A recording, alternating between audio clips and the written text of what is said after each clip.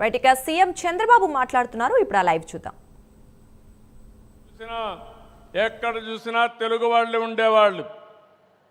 మన జనాభా 5-6%, కానీ ఐఐటీల్లో సీట్లు మాత్రం 20% వచ్చేటివి. నేను మొట్టమొదటిసారిగా ముఖ్యమంత్రి అయినప్పుడు 1-2% ఉండేది.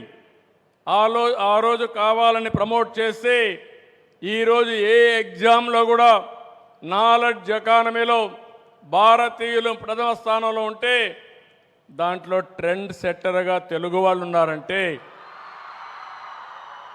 అది ఈరోజు నేను ఆలోచించిన విధానం. ఈరోజు ఇక్కడ మీరందరూ ఉన్నారు. మిమ్మల్ని చూస్తే నాకు చాలా ధైర్యం వస్తూ ఉంది. రేపు 2వ తారీఖున ప్రధానమంత్రి గారు అమరావతి పునఃప్రారంభం. ఈ కార్యక్రమం అదిరిపోయే విధంగా మీరందరూ కూడా రావాలని మీకు కూడా స్వాగతం పలుకుతున్నా. ఆ రోజు హైదరాబాద్లో నేను హైటెక్ సిటీ గురించి మాట్లాడి హైటెక్ సిటీ కట్టాం. అదే మాదిరిగా ఐటీకి ప్రాధాన్యత ఇచ్చాం. ఈరోజు కాలం మారింది. ఇక్కడే క్వాంటమ్ వ్యాలీకి ఫౌండేషన్ వేస్తున్నాం.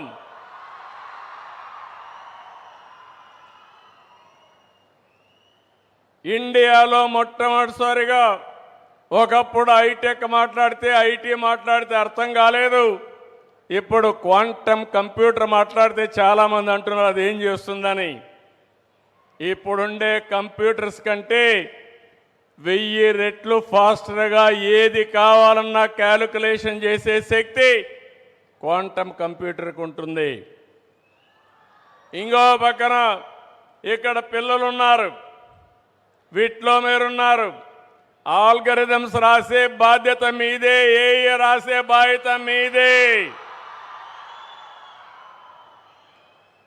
ఒకప్పుడు ఐటీ అంటే తెలియని వాళ్ళు ఐటీ నేర్చుకుని ప్రోడక్ట్స్ తయారు చేశారు. ఈరోజు మీరందరూ కూడా నేను ఒకే పిలిపించాను. ప్రతి ఒక్క ఇంటికి ఒక ఏఐ యూస్ కేస్ అన్న తయారు చేయాలి, లేకపోతే ఏఐనా వాడాలని. ప్రతి ఒక్క ఇంటిలో ఒక ఆంట్రప్రెన్యూర్ తయారు కావాలి. ఒకప్పుడు మీరందరూ ఉద్యోగాలు అడిగేవాళ్ళు. నేను మొట్టమొదటిసారిగా ఎమ్మెల్యే అయినప్పుడు చూశాను. అవసరమైతే ఇంట్లో ఉండే 2 ఎకరాలు అమ్మి లంచం ఇచ్చి ఒక అటెండర్ పోస్ట్ అడిగేవాళ్ళు. ఇప్పుడు ఎవ్వరు కూడా కలెక్టర్ పోస్ట్ వచ్చినా కలెక్టర్ కంటే ఐటీ బెటర్ అని అందరూ కూడా ఐటీ చేసి గ్లోబల్ సిటిజన్స్ అయ్యే పరిస్థితికి వస్తున్నారంటే అది తెలుగువాడి సత్తా అని మరొకసారి తెలియజేస్తున్నా.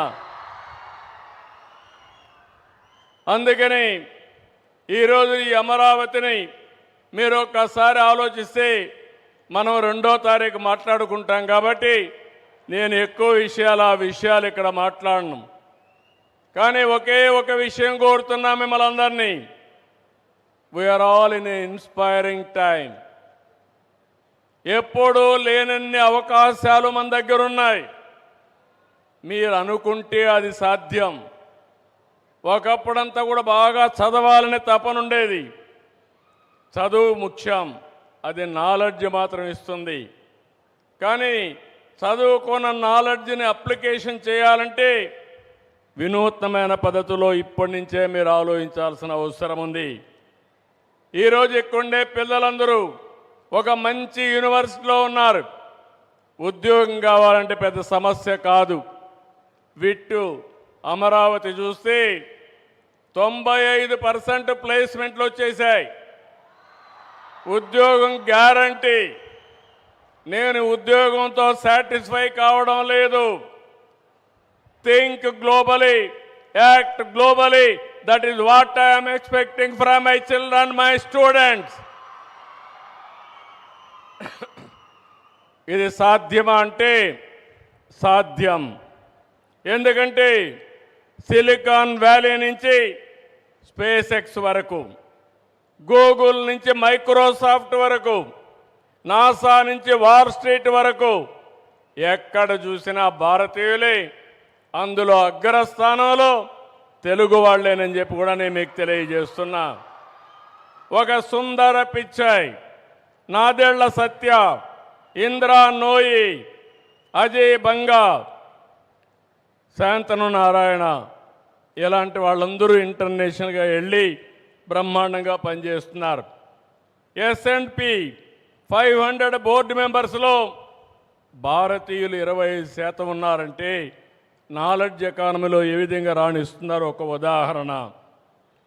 గ్లోబల్ కెపాసిటీ సెంటర్స్లో దగ్గర 13 నుంచి 15% మన వాళ్ళే ఉండే పరిస్థితికి వచ్చారు. ఇలాంటివి అరుదైన సంఘటనలు ఉన్నాయి. ఈరోజు నేను మిమ్మల్ని అందరినీ కోరేది, తొందరలోనే రతన్ టాటా ఇన్నోవేషన్ హబ్ ఇక్కడ పెడుతున్నాం. 5 జోన్స్లో విశాఖపట్నం కేంద్రంగా, విజయవాడ కేంద్రంగా, తిరుపతి కేంద్రంగా, అనంతపూర్, రాజమండ్రి కేంద్రంగా 5 జోన్స్ పెడతాం.